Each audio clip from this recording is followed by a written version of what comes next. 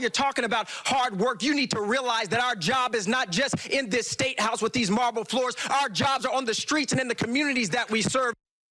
Okay, that was the precursor to things turning very heated during a House subcommittee hearing today. Representative Justin Pearson was speaking about a gun reform bill when Representative Andrew Farmer asked about Pearson's recent absence. Pearson said he's been with his family grieving his brother's death.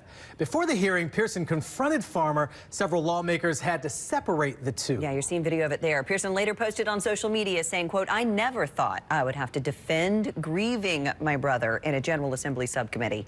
He also went on to say he was calling out Farmer, telling his family and loved ones, especially those who passed away, are off limits. Representative Farmer has also released a statement. He said that everyone has tremendous sympathy for Pearson's loss, but he called Pearson out for attacking colleagues and trying to confront him physically.